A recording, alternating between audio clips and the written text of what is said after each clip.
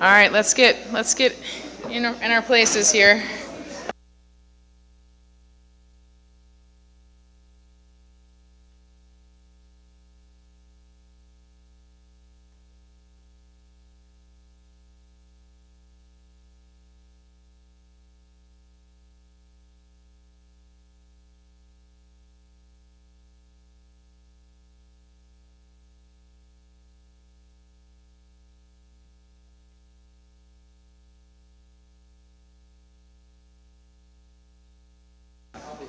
Are we all set? Okay, good. What? Is your youth commission giving you trouble?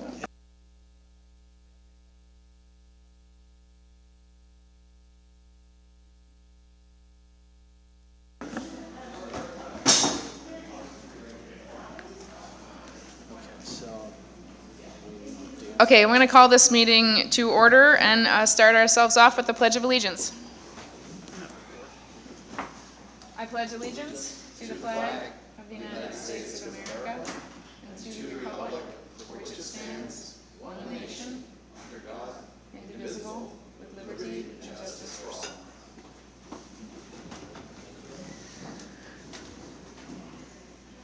Okay, roll call will show that all of council is in attendance. Can I get a motion on the approval of agenda and affidavit of posting? So move second.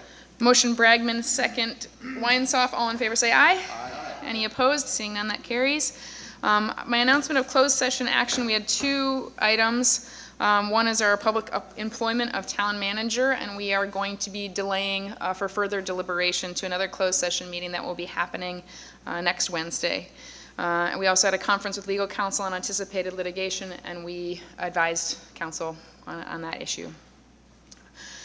Meeting protocol. The mayor shall maintain order at the meetings in accordance with Robert's Rules of Order, and the council has a responsibility to be a model of respectful behavior in order to encourage community participation and citizen input at the council meetings. The council and the audience are expected to refrain from using profane language and or ridiculing the character or motives of council members, staff, and or members of the public, and maintain standards of tolerance and civility. The Town Council will review the agenda at 10 p.m. to ascertain which items will be heard that evening and which, if any, will be continued to another meeting. Any matter not started by 11:30 p.m. will be continued to an adjourned or regular council meeting unless the council votes to suspend this rule. At this time, please turn off any cellular phones or put them in silent mode. We have a couple of announcements tonight. The Fairfax Food Pantry, Saturdays from 9 to 11 at the Fairfax Community Church at 2398 Sir Francis Drake Boulevard. Volunteers are needed, good for community service hours. One vacancy on the volunteer board with a full 3-year term to November 30th, 2015. There's a vacancy on the Youth Commission for Ross Valley Youth between 14 and 19 years of age. There's a vacancy for a Youth Commissioner to serve on the Parks and Recs Commission for a 2-year term. We will be having the Sustainable Fairfax Craft Fair at the Fairfax Pavilion this Saturday from 11 to 4 p.m. And there will also be holiday potluck wreath making and carol singing hosted by the Fairfax Volunteer Board on Sunday, December 16th from 2 to 5 p.m. And it's not on here, but there's also the Chamber of Commerce is doing a turn on the lights at 5 p.m. in downtown. All the downtown businesses and the downtown tree lights will be turned on this Friday at 5 p.m. if you'd like to go watch them flip the switch.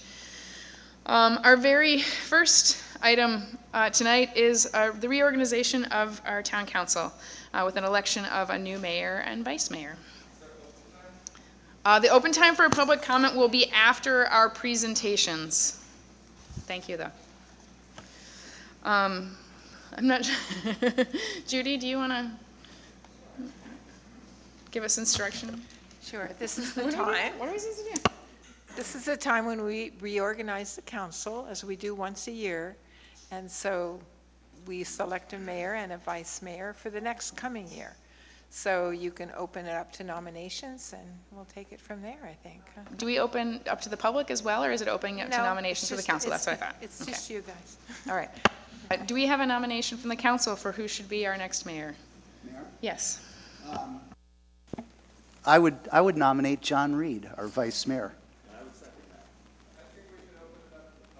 I also, I think it may be something that just out of maybe we should open this up to the public just to see if there's any comments on how they feel we should do things before we go ahead and do this. Sure. I don't see anything negative about doing that. I'm certainly fine with that. You have to take comment, if there's comment on the action itself. I mean, how you can do that after you take a motion or Okay. before, it's up to All you. right, so we have a motion from Councilmember Bragman, second from Councilmember Weinsoff. Let's take an opportunity to hear from the public on this matter. Just this matter. Lady Mayor, Lord Council members, I'd like to present myself as the sacrificial next mayor so that you guys don't have to squabble about it, perhaps, and offer myself to be the next town mayor and possibly emperor of town. And that's it. Thank you very much, Sierra. Are there, But I would like to add one other thing, and that is if we can all get through the Christmas season and maybe like not buy a bunch of stuff we don't need and leave it like still growing in the ground somewhere else and have a good time and take care of each other, because it's not about buying money, or it's not about buying things that we don't need with money we don't have, to give people stuff that they don't need. And enjoy. Thank you very much, Sierra. Is there any other public comment on this matter? Seeing none, I will close public comment. We have a motion and a second. All in favor say aye. Aye. Aye. Any opposed? No. Seeing none? Congratulations.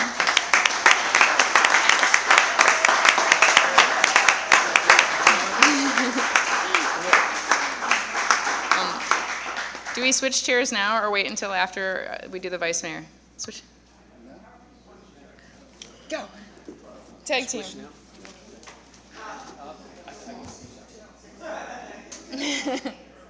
That was easy.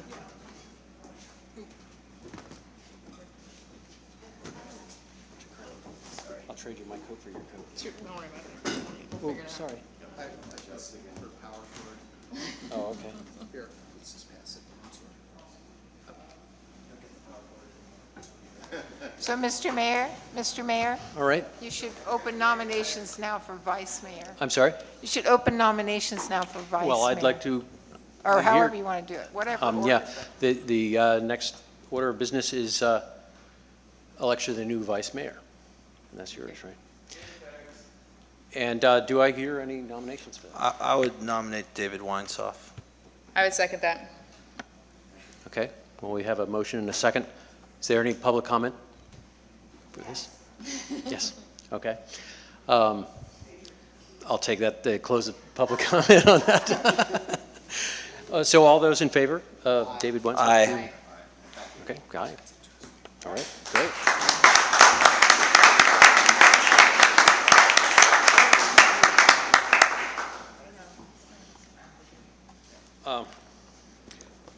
All right, well, I don't know if this is on the agenda, but it's normal.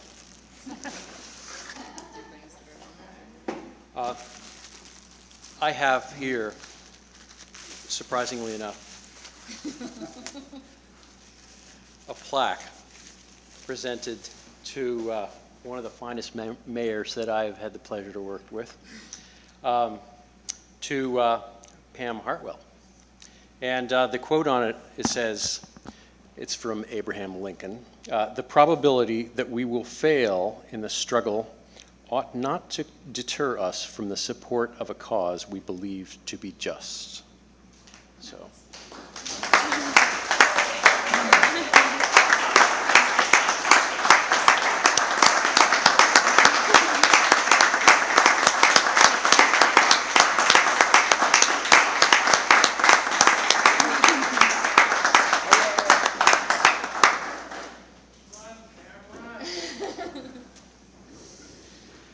Great. Let's take a break and eat cake now. Take a break and eat cake now? No. Let me see. So that was, actually, it was on the agenda, presentation to the outgoing Mayor Hartwell. And now we have, I need some glasses here. We actually are supposed to take a break. Yeah, I got my glasses. I just have my Are stuff we over there. to break now or, okay. Break we now? break now, yeah. You want to break now? Okay. Why not? Yeah. Better than going over actuarial reports. What do you think? Okay. So, Great, let's take a break. There's cake in the back, and we've got to honor our illustrious ex-mayor. So thank you. Please join us.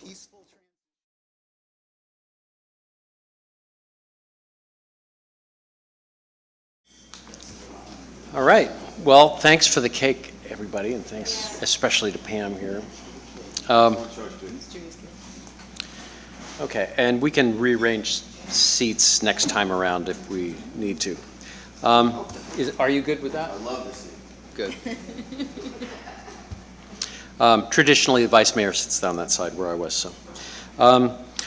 So the next thing on the agenda we have is a presentation of the 2010-2011 audit by Catherine Yuen of Mays Associates Accountancy Corporation. And this is our finance director, and he'll take it from here. Yes, this item comes on the agenda tonight. You've had your forms distributed to you. You've also seen the financial statements distributed to you in PDF within the last 3 weeks or month. Tonight we have Catherine Yuan. She's the manager for the audit with Mays Associates. They are auditors over in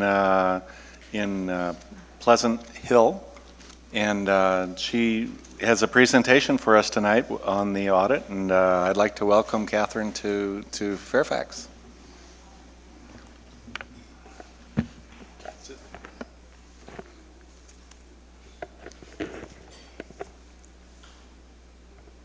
Good evening, Mr. Mayor and fellow council members. My name is Catherine Yuan from Mays & Associates. I'm actually the engagement partner on the Fairfax audit, and thank you for having me again this year. I would like to present to you the 2011 basic financial statements, which I believe you have in front of you. The result of the audit was completed on July 12, 2012, and the delay was due to staff changes over in the town's finance department. The town received an unqualified opinion for the city audit, which what it means is a clean opinion, and it's very important to understand that we do not express an opinion on the internal control of the town. We did evaluate it during the audit. What we are saying is that the numbers reported on the financial statements are fairly stated. It fairly stated the positions of the town as of June 30th, 2011. During the audit, we also conducted a federal grant audit, what we call the single audit, and there was no finding, which is a good thing. Okay, so in terms of the structure of the basic financial statement, what you see is that you see the audit opinion followed by the management discussion and analysis, then the entity-wide financial statement, fund financial statements, notes to the basic financial statements, and then the required supplemental information, and then the supplemental information. On pages 3 to 10, you will see the management discussions and analysis. This document was prepared by the town management to provide an overview of the town's activity and financial performance for the fiscal year. That includes management's analysis of significant changes when compared to last year. And please read that in conjunction with the rest of the financial statements and footnotes. If I can have your attention and turn to page 12 of the financial statements. The statement of net assets that presents the financial positions of the town at June 30th, 2011.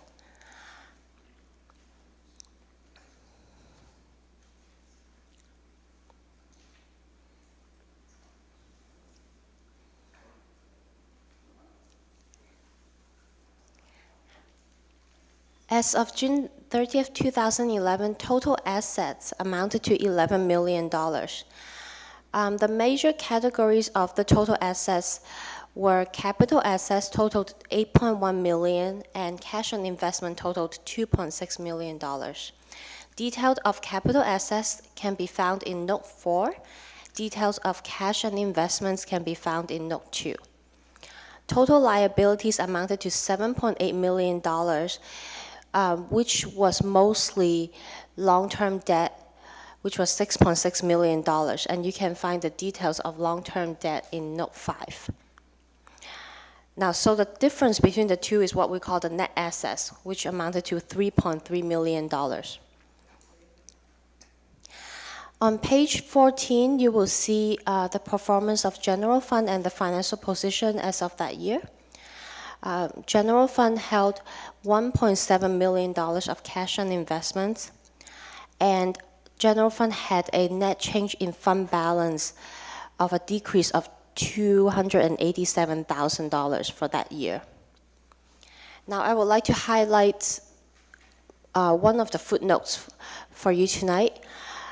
In Note 1L, pages 30 to 31, in fiscal year 2011, the town implemented one of the new GASB pronouncement, the Governmental Accounting Standard Board Statement number 54, which reclassified the fund balances into 5 different categories. They are non-spendable, restricted, committed, assigned, and unassigned. So those are all new categories, because I think you're used to reserved and unreserved fund balances. The definition of the fund balances of these 5 categories can be found on page 30. And one of the categories that I would like to highlight is the committed fund balance. So if there are any formal council action to restrict a particular amount of fund balance, in that case, we will call that a committed fund balance. Now, unassigned fund balance in general fund amounted to $2.7 million, which was about 37% of the general fund's expenditures. Now, as an auditor, how we evaluate it is there is no requirement of how much fund balance an entity should hold for a government. However, the national organization that we call the GFOA, the Governmental Officers Government Financial Officers Association, recommends a 15 to 20% of fund balance to be held of that general fund's expenditure or revenue. So when we compare that to the town's 37% of fund balance, that is a pretty healthy percentage. Okay. The last thing that I want to point out is under required supplemental information, pages 51 to 53, you can see a comparison of the town's budget versus the actual expenditure. And it's listed out by original budget, final budget, and then actual numbers.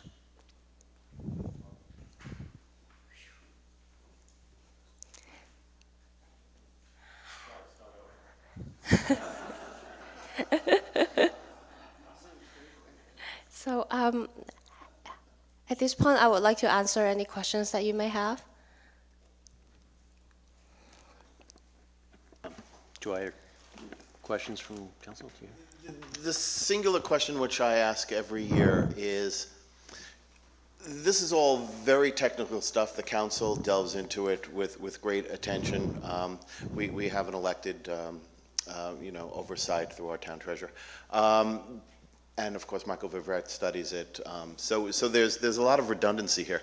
But the most important question, I think, for any council member is to stare you straight in the eye and say, are you satisfied? Are we meeting the highest standards of accountability with regard to how we manage the community's money?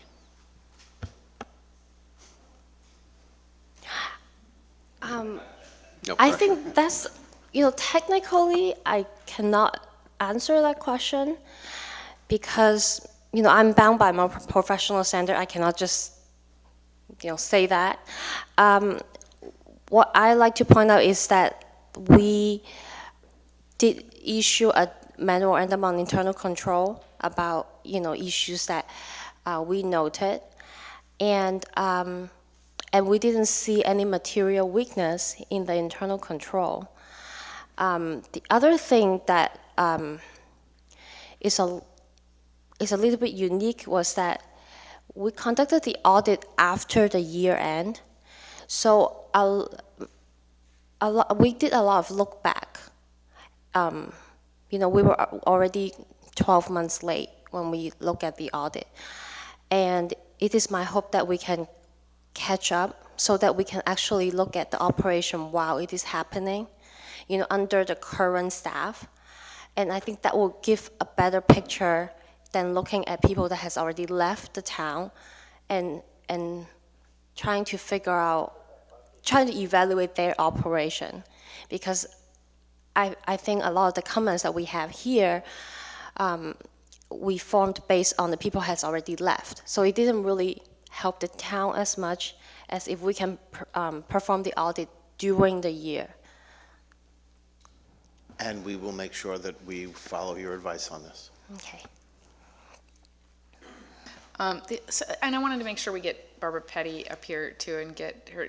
The Finance Committee did have a chance to go through these in a little bit more detail with our Finance Director and our Town Treasurer. And I think I was certainly encouraged to look at all the indicators, and there were certainly some indicators where you find problems. I mean, we're not we're humans. Our finance people are humans, as much as we would love for they to be robots. No. And I think that what we were emboldened by was the fact that there were less challenges in this audit than the audit before this one, and the ones that came forward were, as you said, not material weaknesses, but a couple of smaller deficiencies. And I think that my understanding is those are sort of to be expected in the kind of general operating of a town like this. I think this was my this was my third time conducting the audit, and if you look at the time frame every year, the audit was a little bit more, we completed the audit a little bit faster than the year before. So I just hope that we can continue on that, and so that you can have, a normal audit in maybe 2 years or so. Yeah, I think that's certainly the intention we are playing catch up, and we've had a series of finance directors, and now with our current finance director, I feel very confident and really appreciate a number of the changes that Michael Bevrett has done to make things more readable and understandable. And and yes, this is a snapshot of what was going on 2.5 years ago. So, so it was reassuring to me that just this half a page of things, only one major thing came up, and there's a couple little details, but it seems good to me. Do I have any other questions? I just had a quick question on this new terminology that you're using of unassigned and assigned funds. So in the past, internally, we have reserve funds, set aside funds. So how do you classify something as an assigned or unassigned fund? Or I know you kind of touched on it, but just Sure. there's three different types. There's committed, assigned, and I guess unassigned. Okay, so there are actually 5 different types. First, there is unspendable. Usually, that refers to if the fund balance is already spent, like if you already paid the prepaid, or there is a long-term receivable out there. It's not money that tomorrow, let's say if something happened to the town, you can just turn around and use it. So that's non-spendable. Then there's restricted. That has to be restricted by an outside source. So let's say if you get a federal grant, then that particular amount will be restricted. Committed fund balance is what, when the council takes action, then you decided that you're going to commit a special, like a particular revenue source for special use, then that will be committed. And then assigned will be when the finance director or city manager, through the council action, that you designate certain people that has the power to assign fund balance to put those money into a particular use. Then everything else will go under unassigned. the difference between this and what we used to call fund balance reserve is for the council to commit a fund balance, you have to commit an entire revenue source. So you can just move, let's say, $1 million into capital project. You have to say, okay, well, if we get fees from parks and rec classes, those fees can only be used for cultural activities. So it's a little bit different than what you're used to seeing. You're welcome.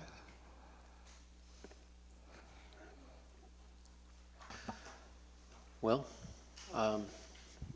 Barbara, do you have any questions or? Yeah. Barbara's our town treasurer, which is an elected position.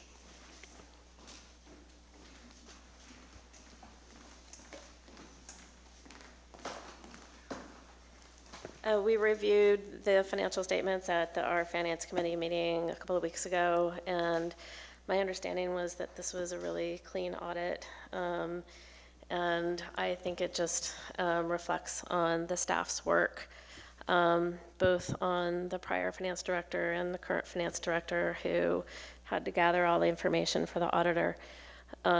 So I was pretty pleased with the financial statement, and the auditor has said that this fairly presents what our town numbers look like, and so that's what this report is all about. And we are in November 2012, so we are a little bit behind, but I don't feel like we're way out of our boundaries. And so if we can move that up a little bit for the next year and maybe a little bit more the next year, then we're going to be right where we need to be. So I just wanted to thank the staff as well. Well, thank you. And are there any comments from the public? Thank you. Okay, well, great. Thank you very much. So do we have to take action on this? Do we take action on this? It's just a presentation, I believe.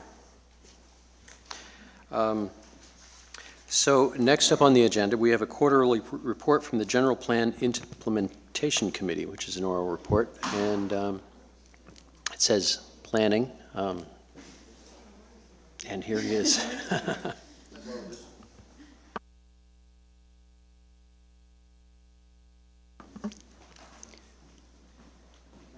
To introduce Bruce Ackerman, Chair of the General Plan Implementation Committee, and this is Diane Kazi on the committee also. Contrary to what's on your agenda tonight, this will be an oral report, but they are passing out a written report that will get up on the internet right away tomorrow, so it's available to the public, but they're going to walk you through that oral report, this written report orally right now. Thank you. Bruce. Thank you. Good evening. So the General Plan Implementation Committee is in its formation. We were asked to present quarterly reports for at least the first year of our operation, and this is our second quarterly report. So I'll begin by saying that in this quarter, we feel like we've completed the initial tasks of organizing the committee. One of the things we needed to do was to adopt bylaws, or actually approve bylaws. You'll adopt them. So one recommendation is that we have for you is that we would like you to look at the bylaws, which we've just distributed to you, and at your earliest convenience, consider approving them so that we have, or adopting them. I think that's the term, so that we have bylaws. They're a little bit complex in terms of the fact that included in the bylaws is a decision that we are recommending to adopt the Affordable Housing Committee as an adjunct committee to the GPIC. And we have actually had one of our meetings in this quarter was a joint meeting with the Affordable Housing Committee, which I'll get to in a minute. And also, the Fairfax Climate Action Committee is adopted as an adjunct committee as well. Currently, the Fairfax Climate Action Committee is identical in membership to the GPIC, so we are serving in that stead. We But we're asking you to consider it being adopted as an adjunct committee so that we could possibly add, if other members were interested in joining the Climate Action Committee, they could do so and not have to join the GPIC. The GPIC has prescribed set of membership, and so we would recommend that we have that flexibility as to the membership of the Climate Action Committee. So that's one recommendation, is that you take a look at those bylaws. So our meetings in this quarter, one meeting was joint with the Affordable Housing Committee, and we heard an excellent presentation from regarding the Christ Lutheran Church site. That would be called the Peace Village, and that committee was very that presentation was enlightening to us and satisfied us, I believe, that that's moving along very nicely, and it's a big part of what we need to do under the general plan. And then the next meeting, we had a fantastic presentation by the Resilient Neighborhoods group. And a recommendation that we have for town council is that you consider inviting Resilient Neighborhoods to do a similar presentation to town council here, so that we get a nice public look at what they're doing.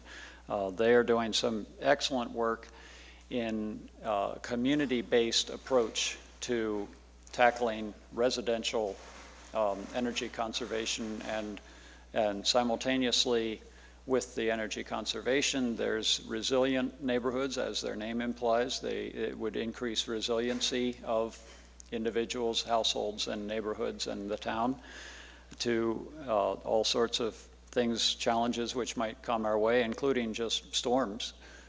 We increase our resiliency as we get a handle on our resource use, and it increases community, it builds community. So this is a really strong model that Resilient Neighborhoods has put together. In fact, they are just now completing their pilot project, which was to involve 100 households. It's actually involved a little more than 100 households.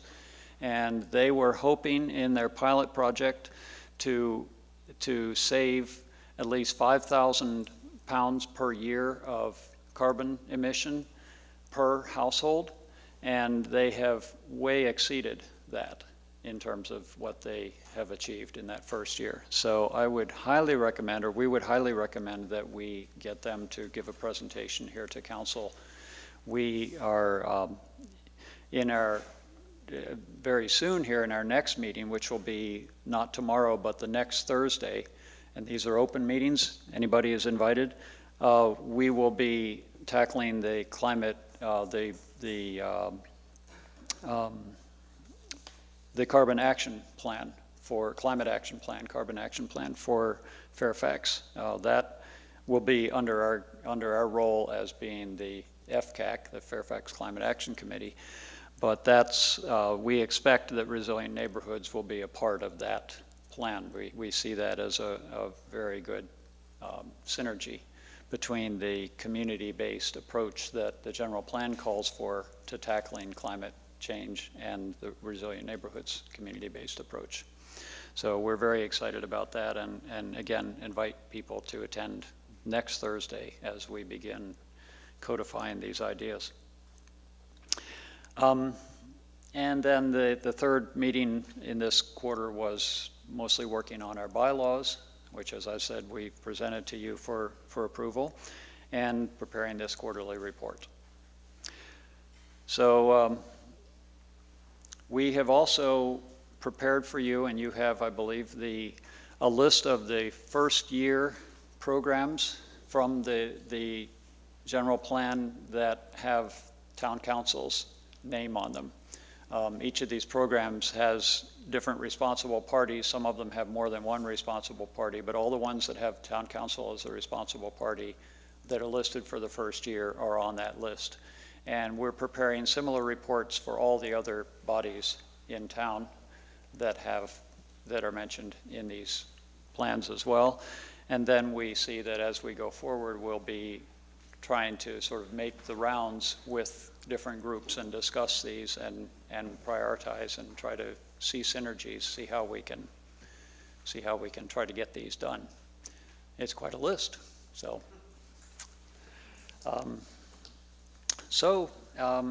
Again, the recommendations that we have would be to take a look at the bylaws, to study those, that list pretty carefully and think about how this fits in with what we're already doing, and to be involved with the climate action plan, because this is going to be, and just one word about the climate action plan, it's in addition to the community-based approach, we're taking, we intend to take the approach, and I think we'll, as we discuss it, that the climate action approach in Fairfax would be focused not only on government operations, but on residential, because that is the largest part of what we're doing as a town. We're mostly residential, so we really need to step beyond some climate action plans that don't really tackle that because government can't do much about it, and really try to challenge ourselves to ask what can we do about residential energy conservation and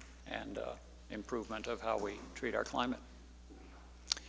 So, any questions?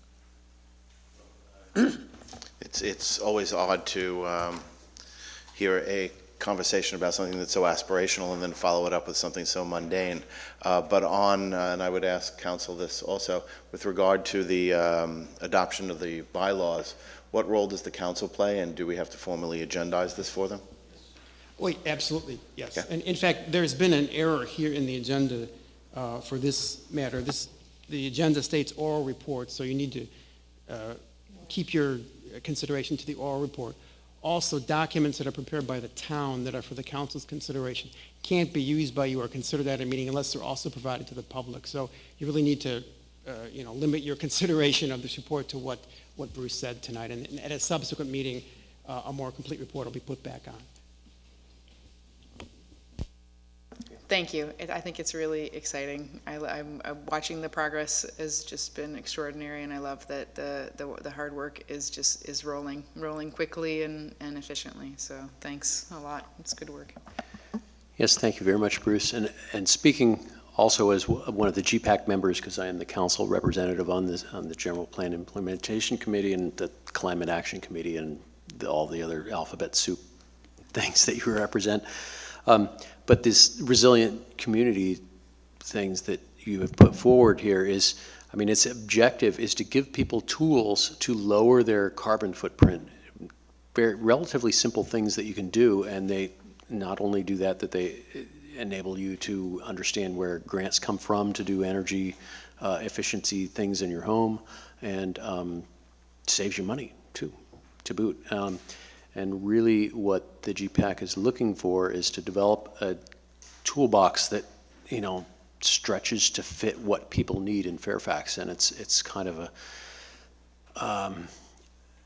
it's not a ready-made solution. It's kind of a basket of tools, and we're hoping to have it stretch to fit a bunch of different scenarios and really work for people and get feedback from people and develop this so that more people can use it both in Fairfax and other places also.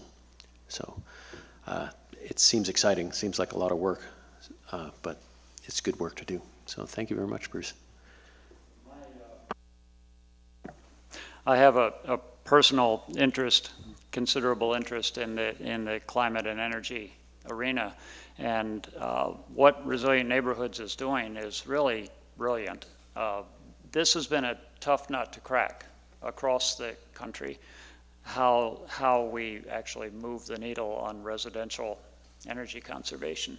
The typical way that it's done is to say, well, you can save money if you do certain things. And frankly, utility bills are so cheap by comparison with what they really cost us in terms of climate effects and in terms of the wars that we fight in order to protect our sources of energy and the environmental destruction that we create by digging up that fossil energy generally, that it's really the cost motivation doesn't go very far with most people. We have busy lives, and we can spend our time somewhere else and probably gain more cost.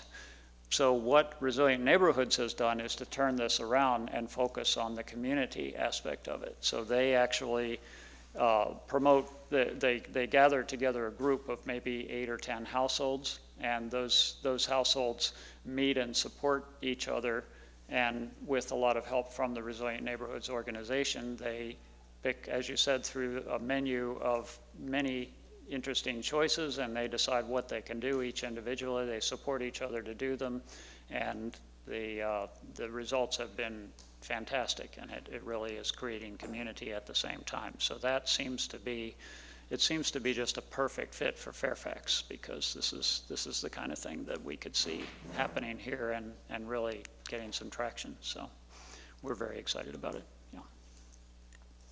Well, looking forward to seeing how it plays out. So, thank you. Bruce, who are Resilient Communities? Is it a nonprofit? Is it a think tank? Is it? I assume they're organized as a nonprofit. They have a website, resilientneighborhoods.org, I believe, and which is informative. It actually shows photographs of a lot of the groups that have formed and talks about their approach. The presentation was given to us by two principal people from Resilient Neighborhoods who have, it's a pretty small organization, it appears. They now have a couple of interns, but it's basically a couple of people who are really organizing this. So their challenge as Resilient Neighborhoods, and we discussed this with them at the presentation, will be to figure out how to bring this to a larger scale. And that seems to be the area that we might be able to help them with as a town, to sort of adopt them as and other towns have as well. I believe it's written into is it written into the general plan for San Rafael? San Rafael is working to work with them as well. But we can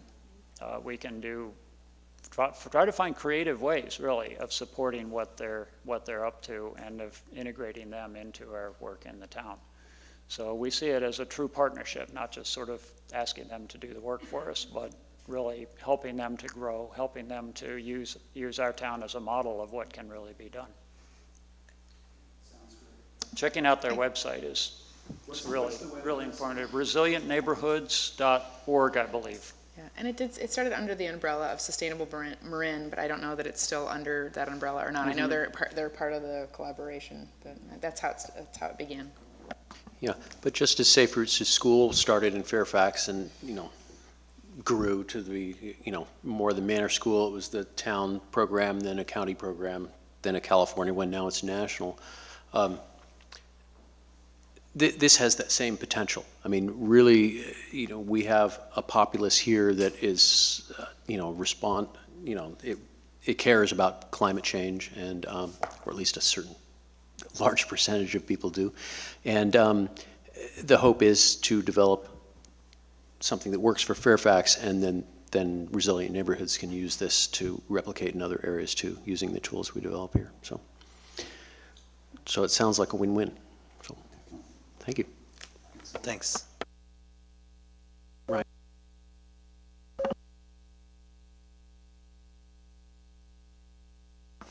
Are there any comments from the public about this? Well, hearing none, I'll close that public comment time. Now is the time for open time for public expression. There's a 3-minute limit per person. If you wish to address the council, please approach the podium and state your name and address. Individuals have 3 minutes to speak, or if you're representing a group, you have 5 minutes. This is the time set aside for individuals wishing to address the council on matters not listed on the agenda. State law, and there's a government code section here, provides that council is not permitted to take action and strictly limits the right of the council to discuss any unagendized item unless it can be demonstrated to be of an emergency nature or the need to take immediate action arose after the posting of the agenda. So, yes, you're first. Hi, I'm back. Misty Moreno, 9 Park Road. I came mostly to say my thank yous. It's been 2.5 years since I started my battle to be able to sleep all night. 2010 in May is when it started. I want to thank everybody involved, Judy Anderson, Jim Moore, Chief Moore, and every one of you up there, especially Mr. Weinshoff, who in my state of mind was the voice of reason. But for all of you, your votes, I totally appreciate. And oddly enough, I want to thank Councilman O'Neill also for his doggedly probing questions that finally, after 2.5 years, got us to the point that, oh yeah, it was for personal financial gain, not service to the community. Even though you voted with me in October and against me in November, you got the information out there that I think is what changed the vote. The price I've paid for this is that I can no longer shop at 7-Eleven or any of his stores, which resulted in an amazingly quiet weekend. This last weekend was our first time, and it was shocking. Our bodies were so used to it. It was shockingly quiet. We don't have, this is all we have. This is our home. And we don't have 5, 6, 7, 8 other locations to go to on Sir Francis Drake Boulevard, Napa, Petaluma, wherever his other locations are, all of which operate 24 hours except for this one. I don't bleed for his pocketbook, and I don't have, this is what we have. There was also the question, one of the 7-Eleven employees brought up the property value of our property, which was, I think, nobody's business and shouldn't have been introduced, but as I believe most of us here know, that it doesn't only count when you're selling your property. We raised a second family there. We have 4 girls. That's 4 college educations to pay for. God willing, they'll pay for their own weddings. But equity in our home is everything. All that being said, I would like to bring up the topic which I brought up a year or a year and a half ago, and with some direction from all of you, is they are reapplying under different conditions, and they are an international corporation, and they will continue to do that. I brought up a year and a half ago that I thought we should consider an amendment to the town code, or however that language works, that a business who shares a property line with a full-time resident not be allowed to stay open after midnight. I would really appreciate your direction on how I can address that, because I don't want to be doing this every year with the Corporation of 7-Eleven, who were, by the way, 7-Eleven when we bought our property. Great, thank you. That's it. Do I get any information? Oh, okay. Yeah, So yeah, I that would part of that approach- thing is we can't take action on something. Okay, This so is you just hear me out. I thank you for that, and I will proceed. Thank you all very, very much.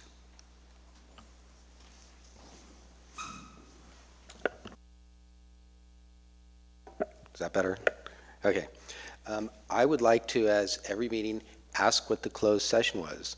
And I would like to actually have the policy in the town that we start discussing this. And before the answer is given to me, I brought a copy of California Government Code Procedure 546.9, which dictates why the council should, I guess, advise the public of what these closed sessions are. The only time that the council can really be excluded from that, the town's going to be plaintiff, and they're afraid that it can jeopardize their standing on where they may or may not be able to serve even a plaintiff, so that's where they're defendant. If the town feels that there is some sort of legal discussion at that time that will compromise their position, and providing it qualifies that there's been no written notice or any reasonable notice that the town has received. All these cases I don't think have been met, And I'd really appreciate if the town can go forward in the future and start providing this information to the town, because I feel it just makes it opaque. I brought a copy of this government California procedure.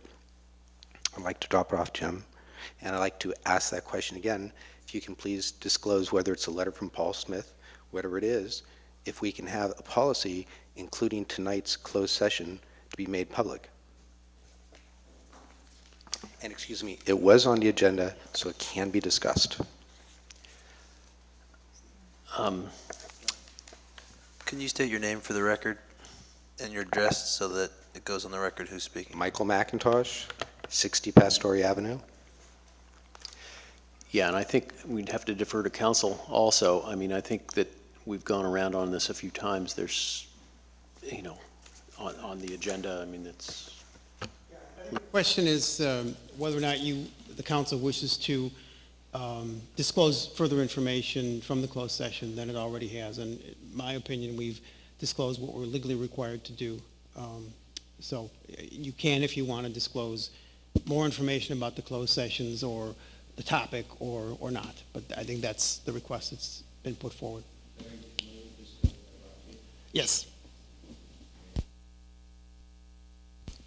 Brown Act is a very long set of statutes, and my, correct, and, okay, and your position, in my opinion, is wrong. So that's, I have nothing more to say about it. I'm their lawyer, not yours, so if you have a more elaborate, explanation, you can send it in, and we can take a look at it. Might I suggest?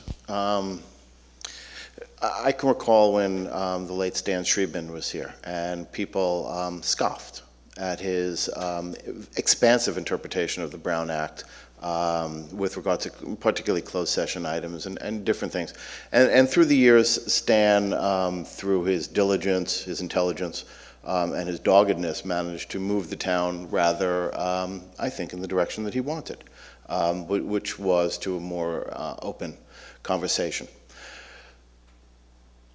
I would ask that town council spend the time and the money. And let's get to the, you've come month after month, much like Stan, and I think you've made a reasoned request, and you've made an analysis of certain government code statutes. I don't know if you're right or you're wrong. So I would say, I would like, and if we have to agendize this to expend the funds, fine, but I think that when a citizen comes forward, well-meaning as you are, that we get a formal legal opinion on this, and then it will be resolved, at least as to, well, me, and I suspect the other members of the council as well, who rely and respect on council's decision. I appreciate that. You have to hit the thing. I appreciate that, because I remember once before I brought that up about the Berg litigation, and Larry put it on the agenda so we could discuss, and I appreciate that.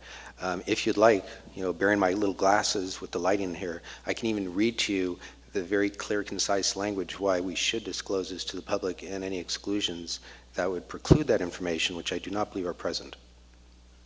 And in the past, in fairness to the council, Jim has been very gracious a couple times, like after these council meetings, and has sent me this information. But a lot of times when I make these requests, it's not really just on my behalf. I just feel that the entire town can move in a much more informed direction if we have a less opaque behind closed session and make this more public. So my requests that are very continual here are really so that it's disclosed to the general public, not just be sent to me, although I appreciate when I make those requests, for the FOIAs or anything else. If we make this general public information, I feel that we can all make a better decision, and I think at the end of the day, it would require less staff time to respond to my requests, and certainly less money from town council to then dictate a letter and send it off to me. So if we can make this... Well, I think what we're asking council to do is to analyze your request and to prepare a memorandum. You're looking at me. I think what you need to do, if his request was that relates to what's on the agenda, is to disclose information about the closed sessions tonight. That you apparently don't want to do. If you want to look at a broader question, I think you need to agendize that. Then we will agendize it. Judy, if you would. Yeah, we could bring that forth later. I mean, yes? I'm fine getting a memo from our attorney about it. You have made numerous Public Records Acts requests to the town of Fairfax, very costly for the town of Fairfax. I'm fine bringing it up and discussing it. I think our council has always adhered very closely to the Brown Act for all the years that I've been on it. And I guess what I have a problem with is the implication that we haven't been hewing to the Brown Act. So I just want to make my position clear. I believe we have been doing that. If the council's desire is to have our attorney write a memorandum that we can put on for public discussion, I'm fine with that. But I just want to make my position clear. We have adhered very closely to the Brown Act. We always have. This council was the first council that when funding was cut off for the Brown Act, we explicitly agreed to follow each and every dictate of the Brown Act. So, yeah, by all means, let's have a further discussion.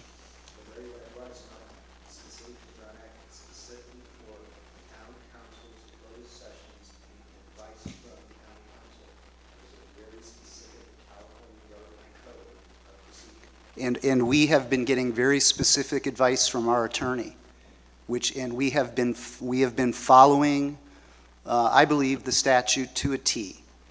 But if the council wants to make this an agenda item, I'm fine with it. What I have a problem with is the implication and the insinuation to the public that we haven't.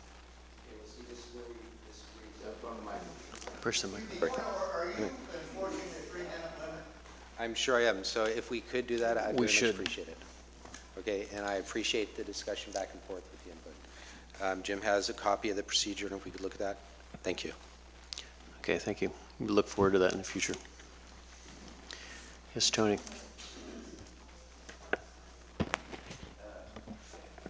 Tony Udis, 7 Forest Terrace, Fairfax. Tonight, I'm down here to speak to you about this general plan appendix to TCA LC Bank roadway improvements. And I just really think this is a great disconnect from the public. And if it was to go out to vote right now, I seriously don't think it would happen. And in the framework of it being framed up as part of the general plan, it feels like it's almost being forced upon the public to abide by it. And after reviewing the report written by the Crane Traffic Associate Engineers, they didn't mention anything about the impact in the surrounding communities, such as Dominga, Merwin, Park, Forest. And I really don't think people that are going to be coming from San Anselmo into Fairfax and going to Deer Park are going to go all the way up to Bank Street, make the turn and go down on Bolinas and go to Deer Park. They're going to go up Porteous or they're going to go up Forest. And that's going to be the same way on the other side here with Mariner and stuff. And the amount of money we spent already on this, the amount of money we spent on this could have been spent on other things such as infrastructure. And by pursuing this any further, I just think it's a waste of our money and it doesn't really reflect the community, And I think if you honestly took a poll out there, closing down Bolinas Road to two-way traffic, making it one-way traffic, putting 2 more new traffic lights in the town already, and causing cars to climb an elevation and come back down again isn't very green, and I don't see any sense in it, and I think it'd be rather costly to the taxpayers. It could be spent on fixing my road. It hasn't been paved since 1976, and the bridge that comes down from Forest down to Dominga, that's going to be needing to replace. The tunnel that empties out from the police department into the creek back there is all undermined and has potential of falling into the creek and eroding and causing more damage. So I really think that if there needs to be improvements downtown, the improvements should be made. Fix the sidewalks. I don't think it should be held over our head to have to take this on in order to fix our sidewalks and stuff. So as far as a taxpayer, I think that we could spend our money in better ways that would serve the community better. Thank you. All right, so is there any other public comments? Seeing none, I'll close the open time for public expression. So next up is council reports and comments, and you can start on your end, David. Sure. Number of us attended a number of these meetings, so it'll overlap. John and I were, of course, at the fire board meeting. A number of us also attended. I think it was Larry and John and myself, Judy, also attended the MMWD monthly meeting for mayors and or the MCCMC meeting for mayors and council members, in which we heard a presentation by the columnist Dick Spotswood, who recapped the election season, the November election season for all of us. Larry and I were also at the MMWD meeting, and as was Ryan, dealing with the vegetation management plan as it begins its long walk toward visiting us in final form sometime, I believe, next year. John and I attended the school district meeting. The school district is beginning its baptism under fire, I guess, this week, particularly dealing with the flood issue. And John and I, staff, Supervisor Rice, all were able to begin to bring the school district into the important conversation as the owners of Lefty Gomez Field, and the role that flood protection will be gained from turning that into a detention basin. And I think, John, you would agree that actually I think the school district was as knowledgeable as we ever could have imagined, and also open to the challenges and the possibilities of beginning to move that toward a detention pond. That was even before the great rains of last week. In that vein, I also joined Supervisor Rice to meet with, now Congressman-elect Jared Huffman. This was the end of his time, and we began to talk about the importance of Corps of Engineer funding for what's called Unit 4, the dredging project at the bottom of the Corte Madera Creek. That will obviously have to be done and paid for by the federal government in large measure. Because, as you know, if you're going to clean out the bathtub, if you don't scour out the thing at the bottom, you might as well not be cleaning up the top of the tub, and that's pretty much it. We really have to have a very aggressive, continuous, and expensive dredging commitment from the federal government, and I think Congressman Huffman got that, and I know that Supervisor Rice has also met with staff for Senators Feinstein and Boxer, and this is a very, very important issue. And finally, I periodically get invited to teach the government or economics class at Drake, and I can report that the students remain as smart as ever in our high school. Their questions were adroit, they were to the point, they were incisive, they understood their community and the concerns, and it was, as always, a great delight to see what the future will bring us. So thank you. Pam? I attended a number of zero waste meetings, both with our sort of contractee, Sustainable Fairfax, as well as our finance director and interim town manager. We're working out the contract that we approved with them and how that potentially moves forward. And there'll be a report on that in January. I met with the Chamber of Commerce folks in our regular monthly meeting, the finance meeting in a regular monthly meeting, and then numerous hours in our seeking of a new town manager, and interviews and meetings and what have you. And my tough meeting of the month was with a third grader who also asked very very tough questions of the mayor. So I'm happy to be passing those interviews on to you. Oh, thanks for that. Larry.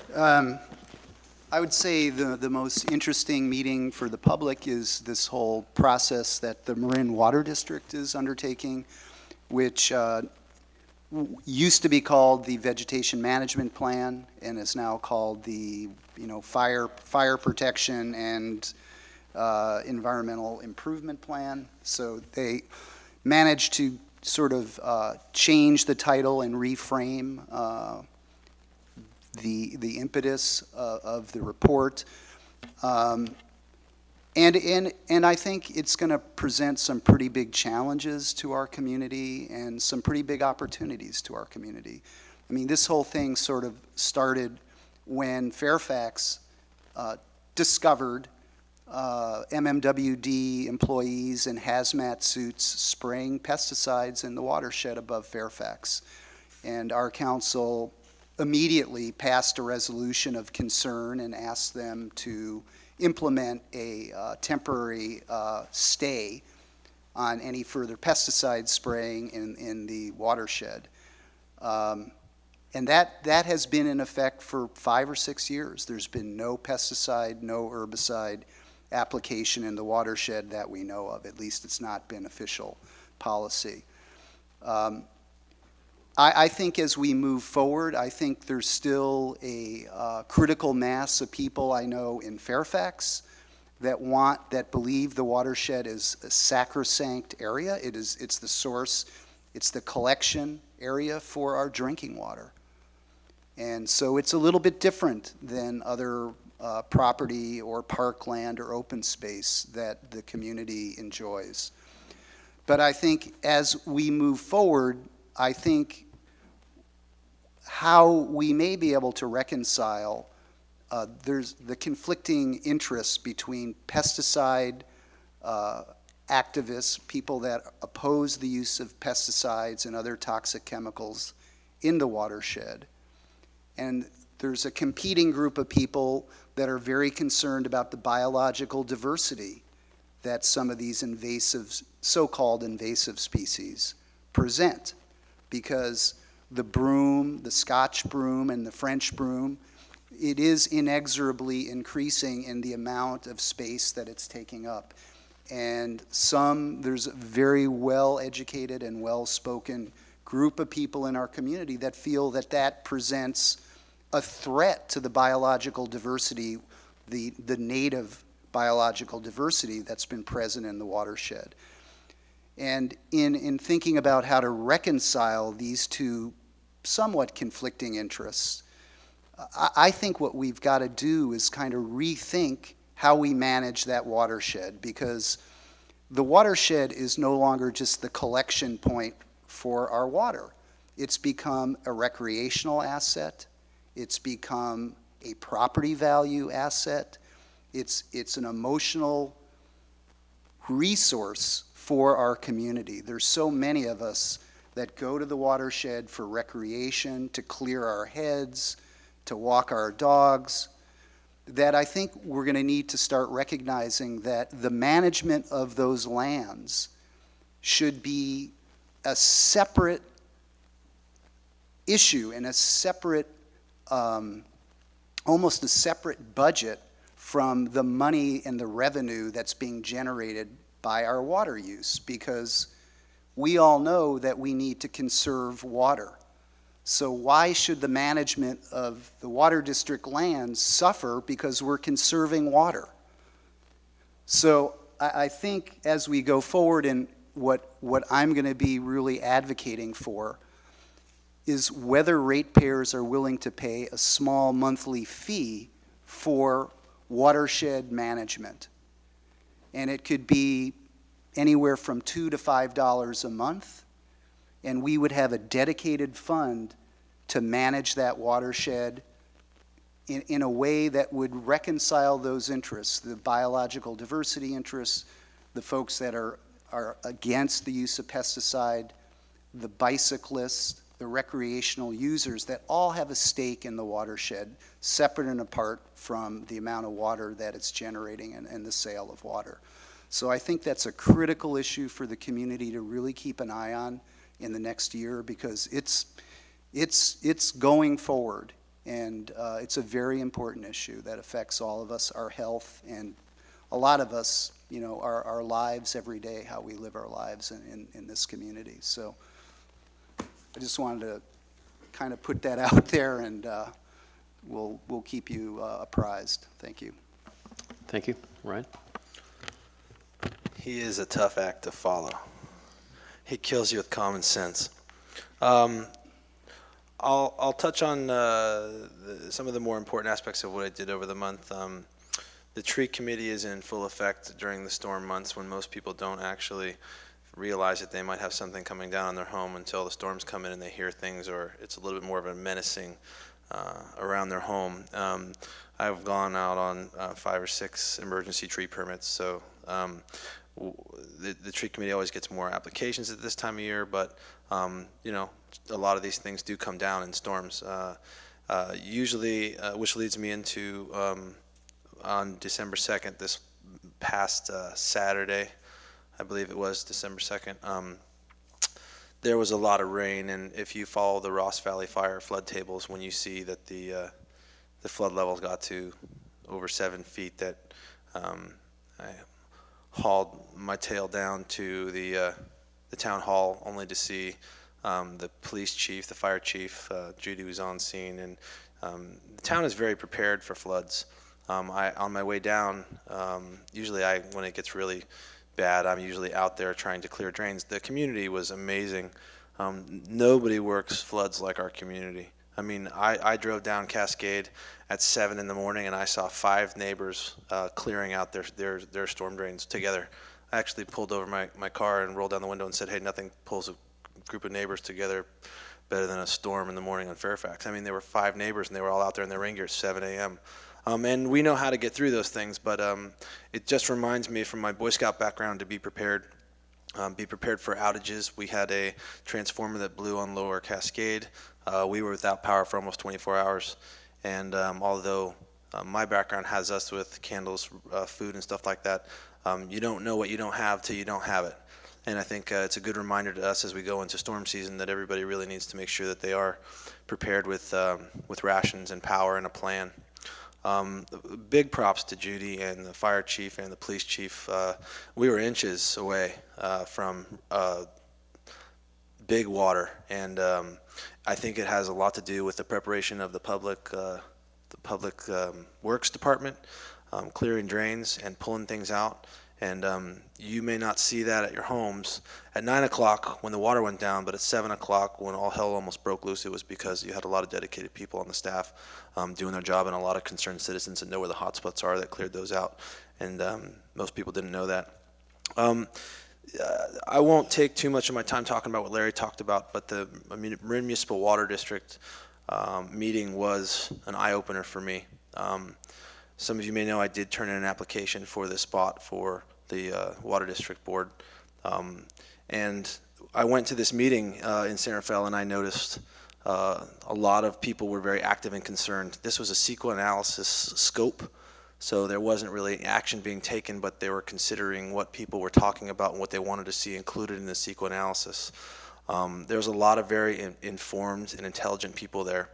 When I hear a lot of informed and intelligent people speaking on a topic, it really piques my interest, and I think when you hear the passion and what Larry's talking about, it should pique your interest as well. I was not chosen to be interviewed for that water board position, and I understand that, but as the only elected official that turned in an application for that, it makes me think that these are things that we need to watch as a community, beyond Fairfax to the whole Ross Valley, because these decisions, nothing should be more important than human health. And when we hear pesticides in Fairfax, we may have a different opinion of them, but that's something that we all have to be very aware of and keep our eyes on it and ask for transparency so we do what's right. Well, thank you, Ryan, for that. And I want to underline what you said. I think it was phenomenal the amount of work that our public works and staff went towards basically averting a big disaster this last weekend. And you know, from getting here at 5:30 or whatever it was, I mean, different individuals, there was a whole gang of people dealing with an imminent flooding situation, and fortunately, it went back down. And I think that it wouldn't have gone down quite so rapidly as Ryan had just described. So I wanted to say thanks. Even though everybody's not here, that's on behalf of the council here. Let me see, I will skip over. I went to a bunch of different meetings, just asked my wife. I'm away a lot, and she doesn't complain too much, so thank you. But let me see, the GPIC meeting, at the fire board meeting, we also talked about, that David mentioned. We also talked about going forward for another trying to get another round of grant for funding Chipper Day, where, go around and do chipping in the neighborhoods. The town of Ross and Sleepy Hollow area are also interested in that sort of thing, and that might be going forward under Marin Fire as the sponsor to do the paperwork with it. And they have not yet opened we don't know what the matching funds are going to be this next go-around, and that's probably going to be in the next couple of months. Spent time doing things with volunteers and trail stuff and the Finance Committee, of course. One interesting meeting that I went to last week was the Transportation Authority of Marin, and I am very pleased to say that Fairfax is the recipient of a grant for $300,000 to address the downtown Fairfax parkade, a lot of ADA improvements, pedestrian improvements, bike lanes on Broadway, and so we're pleased to get awarded that. So hooray for Fairfax. This is an important part of the East-West Corridor, and people, everybody lives here and they know how hard it is sometimes to cross the street or, ride a bike safely down that stretch. And so this is a long time coming, so we're happy about that. Let me see, Fairbuck meetings and stuff like that. People have heard about those before, right? That's going forward. Fairbucks will be sold at the Good Earth starting tomorrow. And you can buy them in bags of 7 if you want. You can also get them up at the Fairfax Pavilion for the Crafts Fair this Saturday from, 11 to 4. 11 to 4? Great. And so that concludes my report. So, Judy, I think you're up next.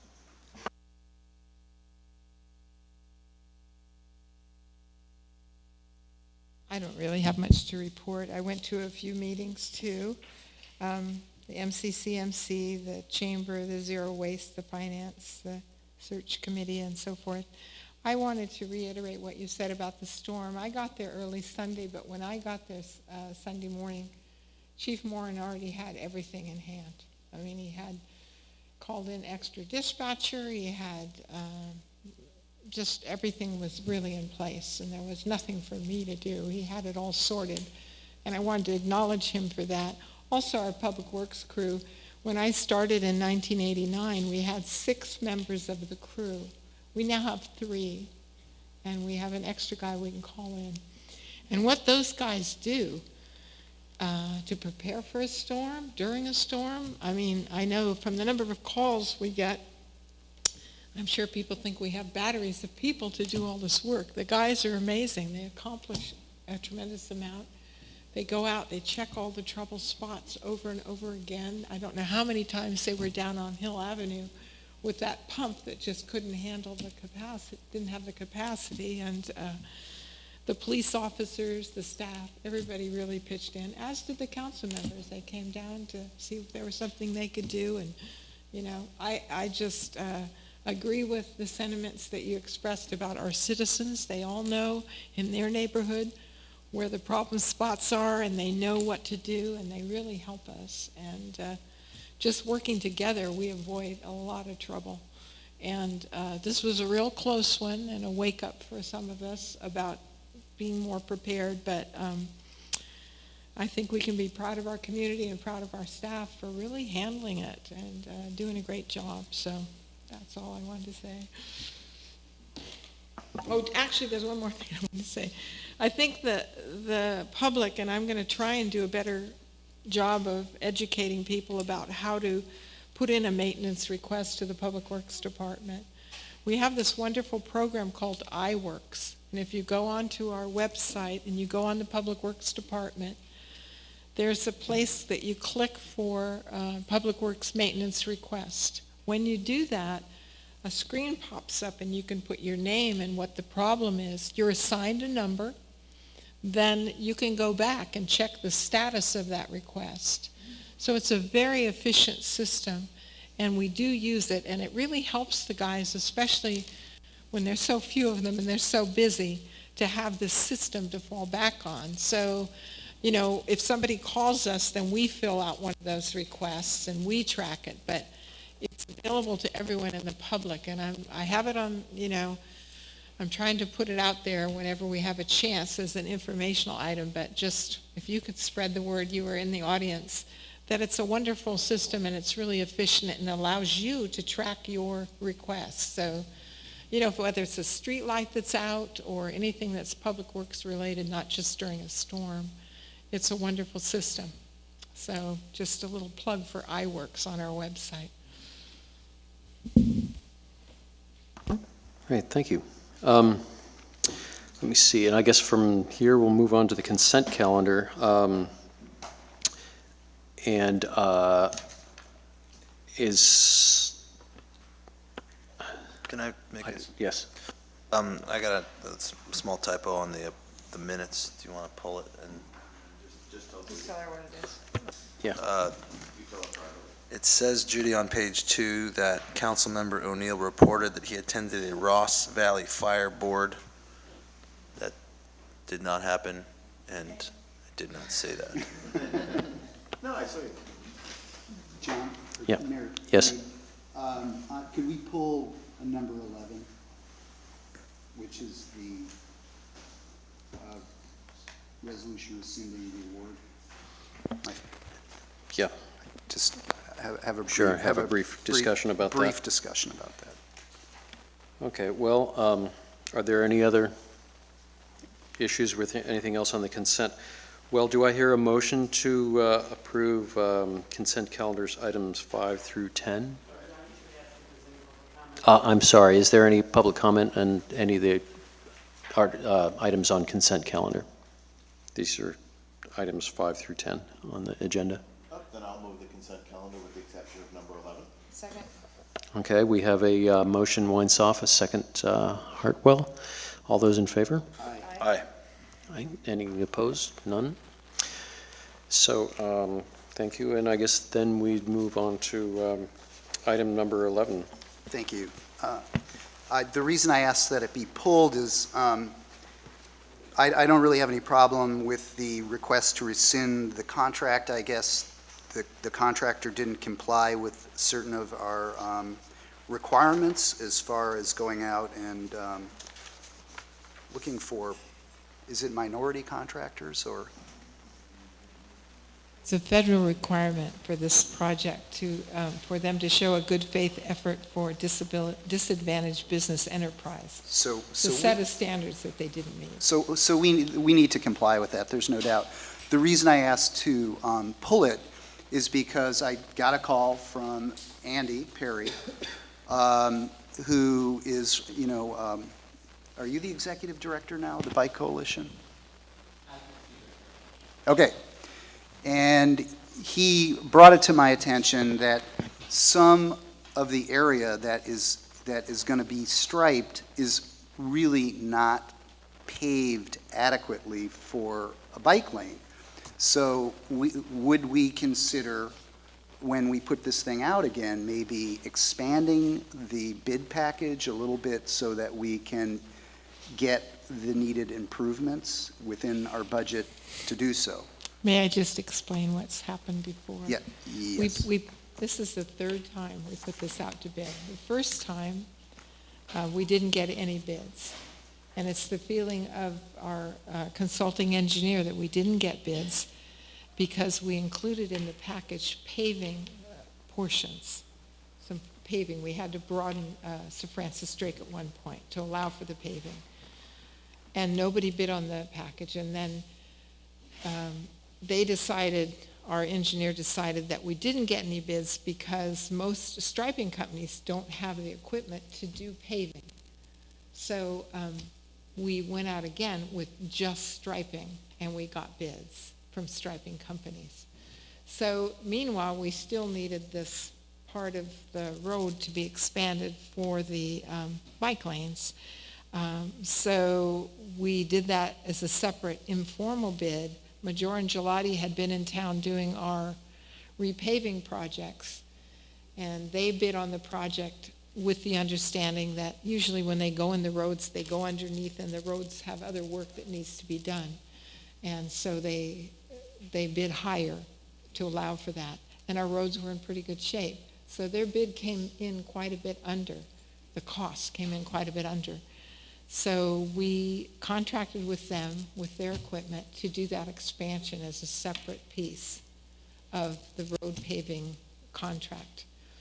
So we didn't need to include that with the striping. The striping was done separately, so we get bids from striping companies. So I'm hesitant to add a paving portion to the striping project that will come with the same problem again, where striping companies don't. So I think if we decide to do that, we probably should just bid it as an informal project, an informal paving project. Yeah. The bike spine, I have been talking to David Parisi, who's our consultant on that, on just riding that spine, just to check out the pavement condition before we start putting those expensive medallions on the pavement, that when we get that scheduled, we could probably just ride by this area that's going to be striped and just take a look at it and see. But just, yeah, I mean, maybe we don't need to delay putting the bid package out, I don't know, but maybe if we could just wait until we do that inspection before we put this striping bid package out again for a couple weeks. So we need to change, well, we could, the resolution says we're rescinding this award of bid and we're releasing the plans and specs. So you can authorize that with the understanding that we're going to evaluate the roadways, and if you want. Well, just as a matter of procedure, could we just hold putting out the bid package for a couple of weeks? Absolutely. So that we don't have to change the resolution. Okay. Sounds good. Thank you very much. Yeah, and just to be clear on it, so we had rolled the paving that needed to be done on this section of the bike lanes that we're rescinding this particular project with already to Maggiore and Galati, and had they paved that section already, and is that what Andy's reacting to, or? I don't know which sections he's referring to. I think he did inspect. We can have Andy speak to us, but I thought he looked at that section where Maggiore and Gelati, they had to widen Sir Francis Drake a little bit at one point to allow for the striping. And they performed that work? And they've performed that work. Okay.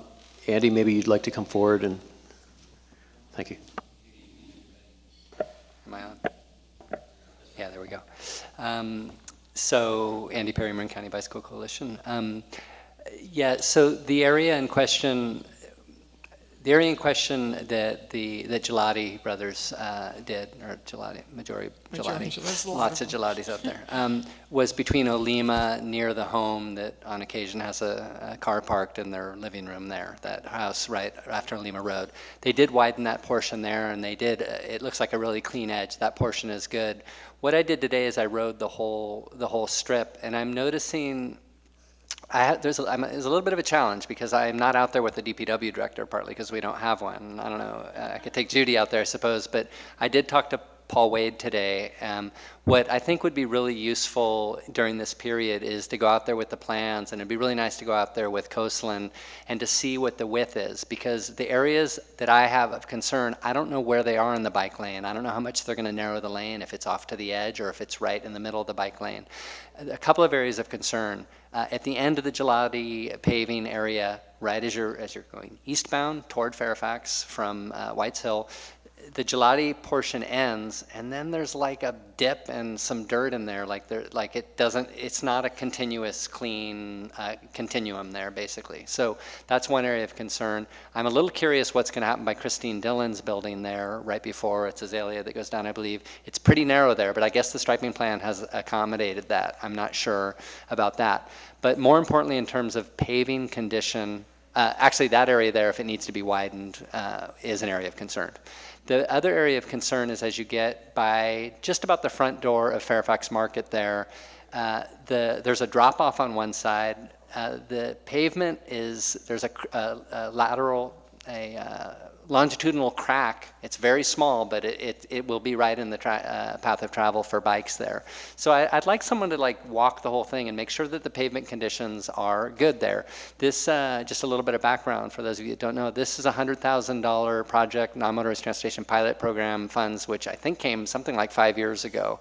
And this has been delayed over and over again. It's really critical that it gets done right. And that should be a really, really clean facility when it's done. I don't know how much of the money has been eaten up in design and through time, but it's really critical that we get a really good facility in there, because $100,000 is a lot for 2/3 of a mile or whatever that is there. You go through the route before when it was originally put out, the bid package? My understanding, I have not gone out in the field, but because of these new issues, see, I thought when I went out before, the paving wasn't completed yet. Okay. So now that I'm hearing that the paving is complete, I'm thinking someone needs to go out there and really field proof it and to make sure that it's. I'd be happy to do a field visit with you, and I think it'd be really great if there's you and Paul Wade and I went out and looked. Yeah, at it. I would like So Paul to be there let's arrange because that. Yeah. it's difficult. The center line, I think, has moved in some places. It's pretty difficult to know where the striping is without actually dragging a tape measure I think along if the the three of straight. us and Larry wanted to join us, that'd be fine. Yeah. But I think maybe the three of us should. I'd be happy to do that. Yeah, great. So thank you very much. Yeah. Can I make a comment? I just want to do it once, and I just want to do it right. So whatever it takes to do that, that's where I think we should go.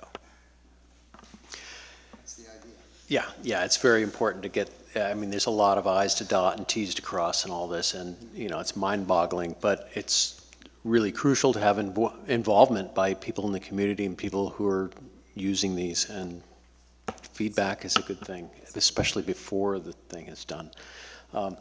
Likewise, as Larry mentioned, on this east-west corridor along Park here, there are some, we were talking about maybe doing paint instead of the medallions in some place that was really right adjacent to something that needed road patching. But if there's any way to get, squeeze some dollars from somewhere to patch some potholes there, because there are some bad spots along the route.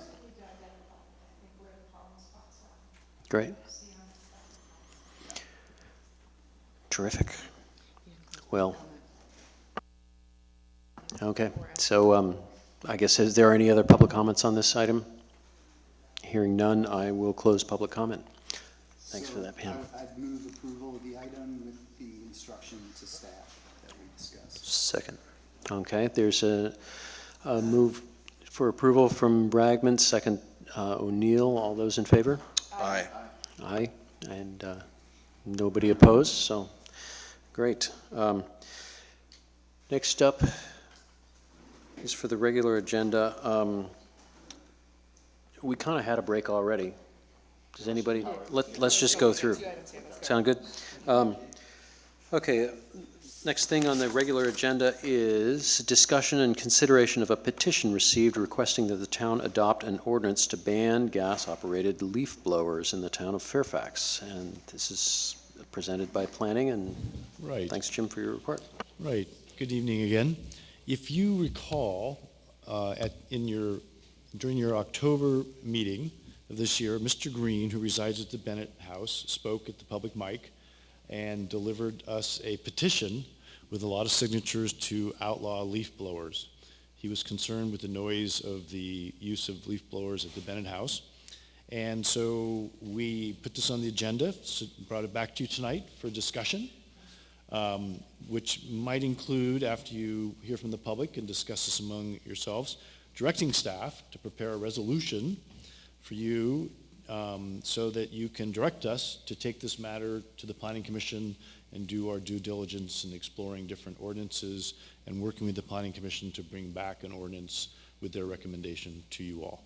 So in your packet is a copy of that very lengthy petition to ban them, and also a copy of, as an example, of the ordinance outlawing leaf blowers in the town of Ross that was provided to us. It came to my attention a little earlier this evening that I guess this actually was before the council back in October of 2007. It was before I was here. I don't know, I just heard about it before this meeting, so I didn't have a chance to do any research, but there you have it. Oh, and also it came to my attention this morning by our crew in Public Works that we in fact use gas leaf blowers for our operation also. Thank you. Yeah, I mean, I think I've been hearing about them for years and looked up our NORS ordinances on at request from the public, but yeah, it's definitely on the radar of a lot of people. First, I'd like to ask if there's any questions from council. I'm assuming we'll move forward with directing you to do this. I know that there's a difference between electric leaf blowers and gas leaf blowers, and I think that I don't know exactly what that difference is. My understanding is that there are some electric ones that have a lower they have like a low speed and a high speed, and that the low speed leaf blowers may be perfectly reasonable for our town to use and may be perfectly reasonable for having been once a landscaping professional who never once used a leaf blower. I know that there are different levels, and I'm assuming that you would take that into consideration, but that it would be helpful, I think, to us to be educated to some degree on the different decibel levels, so that we're not making all of the landscaping companies in our town unhappy with us. But I think I would recommend that the way we do this is, first of all, there's also battery-operated ones, which are probably even quieter. This is within the purview of the first view of the Planning Commission, and I would send it to them right away. I would ask them to review what seems like at least a first pass-through by the folks in Ross, and I would recommend to the people that they take a look at the Ross code, which has under unnecessary noise. They managed to glump auto body repair, musical instruments, animals, and fowl and holidays all under one. Our code reads as if it was the Magna Carta next to this.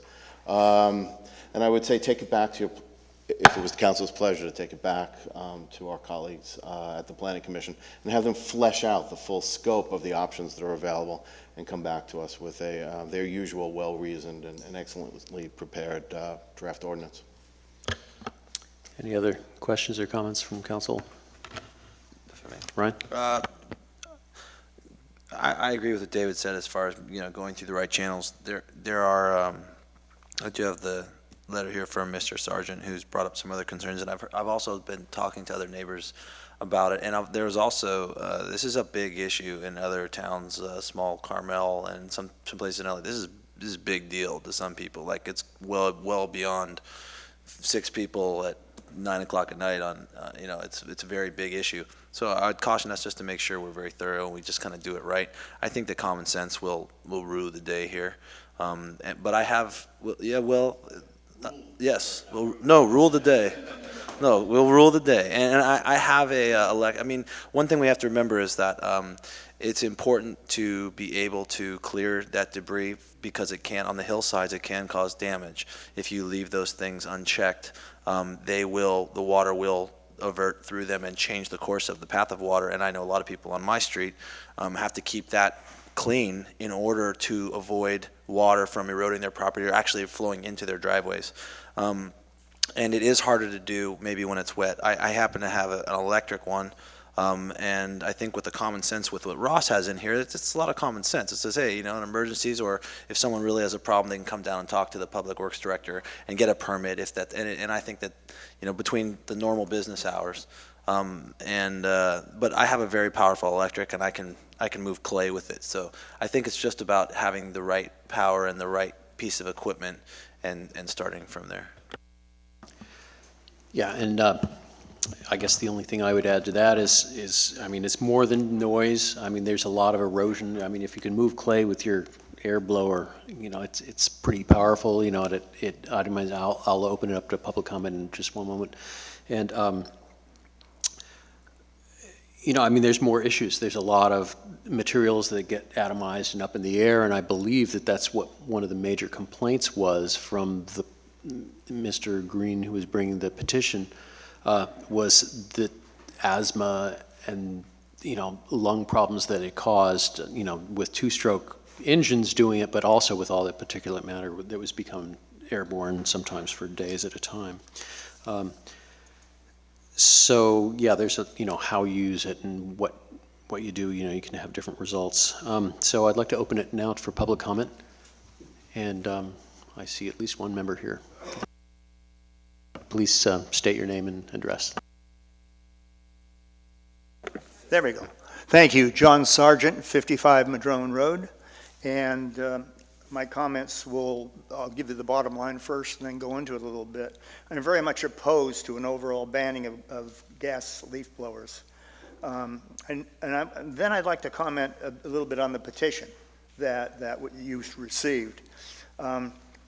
I noticed that many of the signees don't even live in Fairfax, and it's nice they have so much concern for Fairfax. I was especially noting the signees from Seattle, Chicago, Ohio, New York, and even Sean from Ireland doesn't want leaf blowers in Fairfax. So the other thing I'd like to comment on is the petition itself. He can hear him in Ireland. Is the relation to asbestos dust. And unfortunately, that's an error. What the petition refers to is brake dust from automobiles, and manufacturers of brake products have banned asbestos for a number of years. So that should not be a concern. When you watch mechanics work on brakes, they don't wear masks because there's no asbestos there. I also, like Ryan, usually use an electric leaf blower. But when we have rain, heavy rain and stuff, and I have a very efficient electric leaf blower, it just doesn't cut it. If you're trying to move a whole bunch of wet leaves, the most powerful of the electric blowers really won't do you any good. It just doesn't have enough power to move wet loads. Secondly, I can use an electric leaf blower the majority of the time because I have a lot of outdoor electrical outlets. If you don't have a lot of electrical outlets and you try to run a underpowered electric leaf blower with, for example, a 100-foot cord, you're going to run into real problems because the length of the cord will really diminish the power of that electric leaf blower. I should also tell you that I once had a very loud gas leaf blower, and in concern for my neighbors, I got rid of it and got a very expensive, very low noise gas leaf blower. And so I would ask you, rather than an overall ban, you may want to consider some sort of a decibel limit on leaf blowers in general. I would tell you that I think my gas leaf blower may be almost as quiet as an electric one, even though it costs me a lot more money. I try my best not to disturb my neighbors. If somebody says, my baby is sleeping at 3 o'clock on the afternoon, could you do it some other time? I'm more than happy to accommodate that. If the real problem is the noise, then are we also going to ban chainsaws? Because that's what I usually hear from my house is chainsaws. And I can tell you, I don't mind hearing it because especially with our sudden oak death, it's very important that a lot of that tree work be done. However, that's the majority I hear from my residents, not leaf blowers. And I should tell you that I also, as a over 40-year Fairfax resident, remember a time where we never used to over-regulate the lives of others. And I know I'm an oldster and maybe living in past times, but I like the idea of neighbors being able to work with each other and show consideration from each other and these kind of things, rather than have regulations. For example, ban something completely like that. In my neighborhood, the irritating noise is from children and babies crying and yelling. Well, I don't want to ban that. That's the normal part of growing up, But that's the kind of noise that bothers me. I might also suggest if you would consider not a complete ban, but maybe, for example, 1, the noise limit, and 2, you might want to consider having just electric leaf blowers in the downtown commercial area, because there's many outlets there, and I think that could make sense. Thank you for considering my comments. Mark? Mark Bell, 63 Dominga. I think I know Sean from Ireland. He talks with an accent, right? Is that the thing? I think this is a great thing. Even my wife has shown up because she's so happy that this is on the agenda. I think most of the problem with the leaf blowers I think the legal time is 8 a.m. Or 9 a.m. when they can start. And invariably, right as the second hand clicks over and it becomes 8 or 9 o'clock, there they go. We have a neighbor who has a gardening service who comes, and I swear that the guy who's using the leaf blower must be standing over one leaf trying to get it to move, and for some reason it won't. I think for the most part, rakes do a really good job for like 80 or 90%. They're kind of like the original leaf blowers, except they really don't make very much noise. Maybe if you scrape them on the concrete, you know, people kind of have their blood run. But I think it's a really good idea to either get like a decibel ban, get rid of like the commercial ones, you know, in residential areas. I can understand, you know, from listening to Ryan and the gentleman before me that, you know, we don't have hills and we don't have to worry about leaves coming down and moving like giant masses of them. Maybe there's a use for them for personal ones that can be used 1 or 2 times a month. Like have leaf blowing day. You could have like huge neighborhood parties. Everybody gets out there with their leaf blower, you know, and if it's an emergency situation, you know, like people are out, you know, pulling leaves out of the gutters, you know, they could, you know, have like an open day where you can go wild with your leaf blower. But I think regulating it is a great idea. Thank you.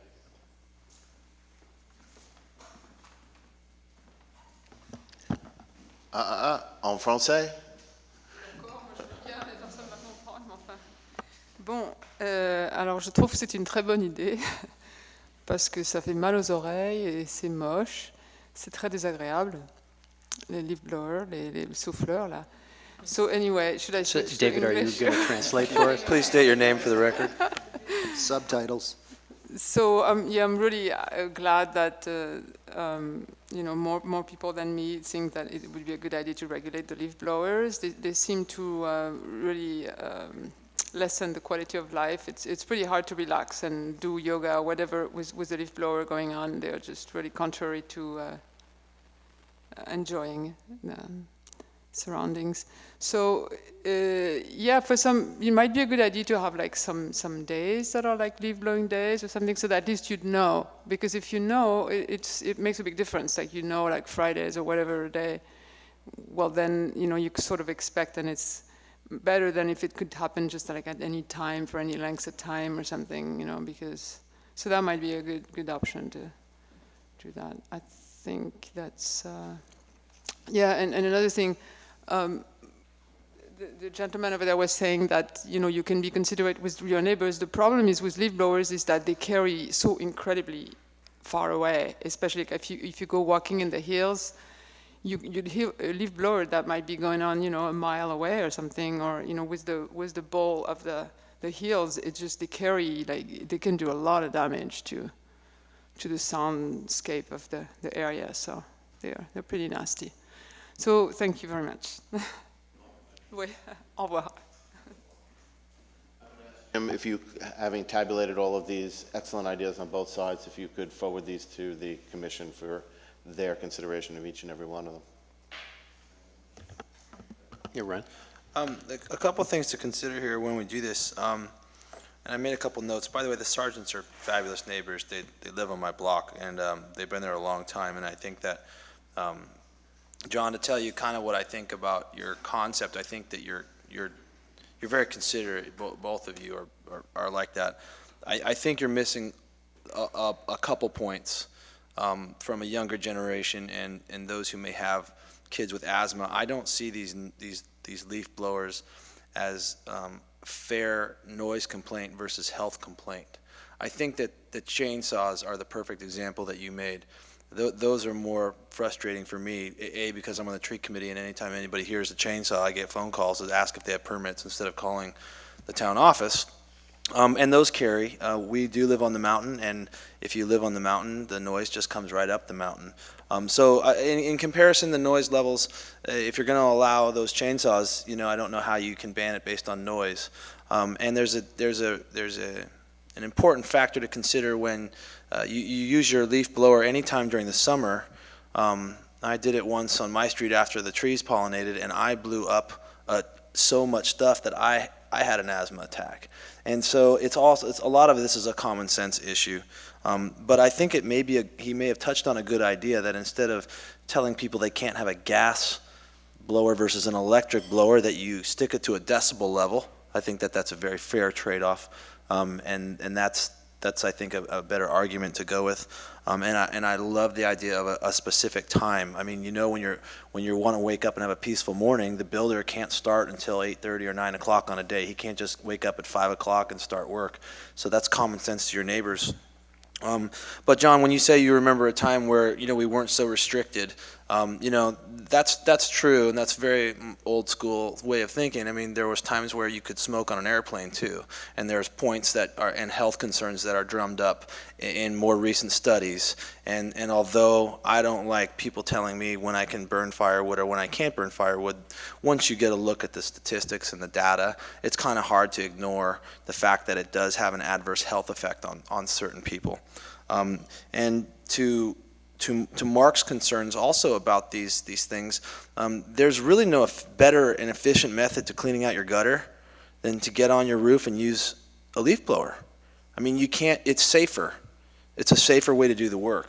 You're on the top of the roof and there's a 40-foot drop. You don't get down there with your hands and try to scoop it out. You get a leaf blower, you channel it out, and the project is done. So and also the concept of the rake is good, but it's not applicable to all locations and all places. So I think, again, common sense will rule the day, but I think as we send this down or we get this back, we want to make sure that we don't say no to this product based on the sound and then allow the chainsaws, which are equally as loud and much more common.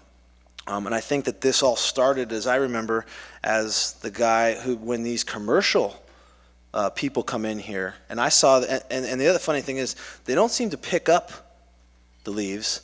They seem to blow it to the neighbor next to them, so his leaf blower can get paid to blow the leaves down the block. So I don't always see these leaf blowers actually picking up stuff. I think they're just moving stuff off the guy who's paying his property. So we may want to look at the commercial aspect versus the personal property homeowner aspect. One really quick. There's a great product called Gutter Love It, and you never have to clean your gutters again. It's safe. It's cheap. I recommend it. I'm not paid by the company.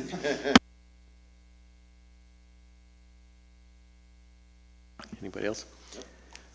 Okay, well, I think that one thing my colleague Ryan was talking about was courtesy for others, and I mean, picking the right time to do it, and I think also I know that there's a commercial outfit that a number of my neighbors hire, and they've all got leaf blowers and they move from one place to the next. So there's like a 2-hour period with these leaf blowers going, constantly blowing them from one yard to the next. And I think that just as sometimes rakes are really the right tool for the job, sometimes a leaf blower may be the right thing for the job, and sometimes a chainsaw is the right thing for the job. But really, it's kind of hard in an ordinance to say use your noggin and use the right tool for the job at the time. But maybe that's a challenge for the Planning Commission to deal with.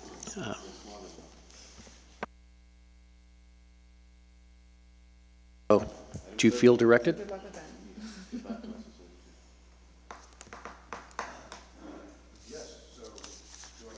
That you want us to prepare a draft resolution with the intention of referring this matter after you pass that resolution to the Planning Commission. Can't we just direct it?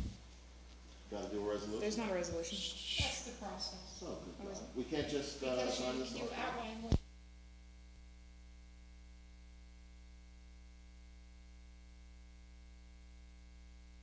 this whole packet of material gives them.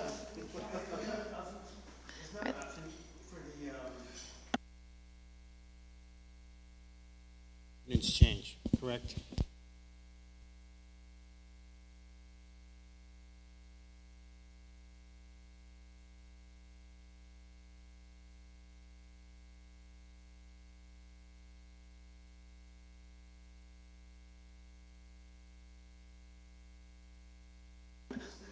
Aren't we just asking for the planning commission to come back with a recommendation for us? And an ordinance, a draft ordinance. Jim, Jim, can you use your mic? They can't hear you on the big camera. It's on. I think what Jim was suggesting is the code section that has the council initiate by passing a resolution that goes to the planning commission saying what you want in the ordinance. So I think what Jim is saying is he'll prepare something based on this discussion, based on the comments you've made, for your consideration at the next meeting. What are you bringing back in the next meeting? A resolution? See, we've just sat through a half an hour of comment. You gave us a thoughtful data dump in our packet here. Good comments by the public. Why do we have to have a resolution? You now have all of that stuff. Why are we going to go to the work, and you have to go to the work, of drafting up a resolution that's going to encapsulate everything that was just said to the minutes clerk, said to the public, heard from, and recorded by the guy over there? I think that the code. I'm just following what I understand is the protocol. Yeah, and I think, David, that the code's intention is for not to leave it up to somebody's interpretation of what everybody's said for the last half an hour, is to bring it back to us, and this is our responsibility as council. David, I think what you're suggesting, and I think you could do this legally, is pass a resolution and attach this report that was given to the meeting tonight and refer the readers to the minutes and say, planning commission, go at it. You could do that, but that's not been the practice. The practice in this town, since I've been here 6.5 years, is for the council to do sort of a policy analysis and suggest what it wants. And so that's what Jim is suggesting. You could do it your way.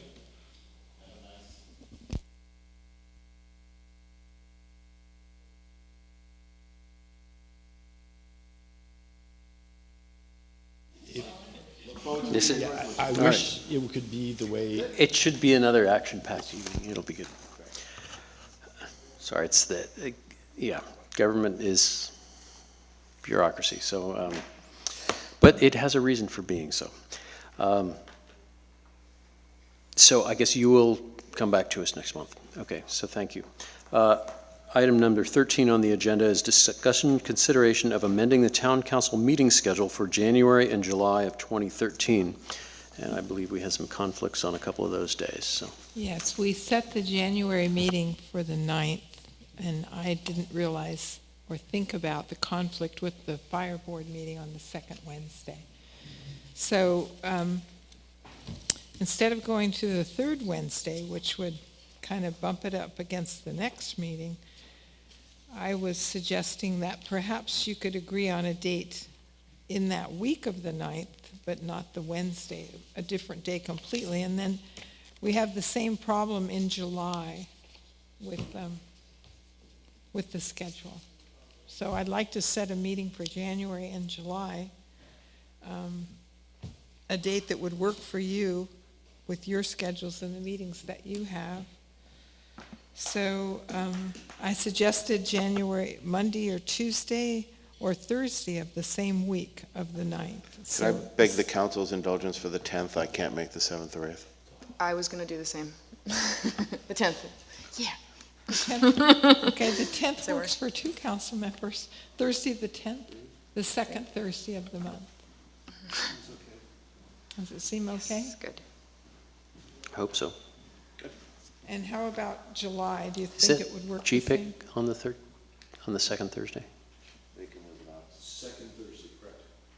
So I have a conflict on the 10th.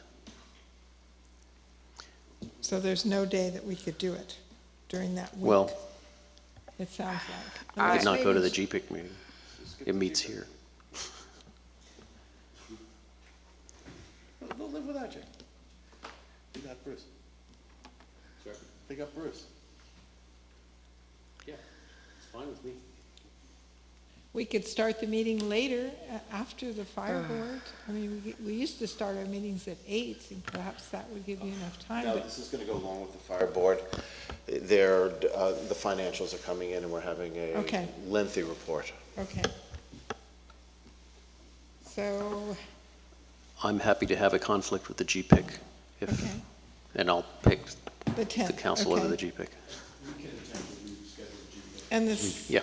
the same thing is true of July then. So I don't know if you want to worry about July later or make it the second Thursday of July. Assume that you have the same kind of commitments. Do you still have a Which would make it July 11th? Or if we pick July 9th, then we won't have the GPIC conflict. But I thought That's a Tuesday night. July 9th would work for you? The Tuesday? July 9th, okay.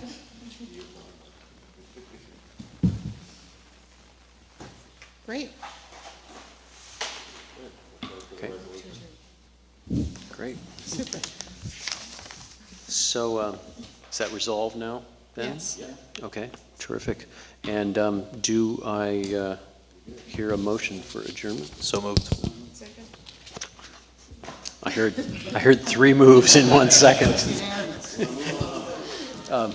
Let's call it move Winesoft, second Hartwell, and it's unanimous. So thank you very much. Thank you.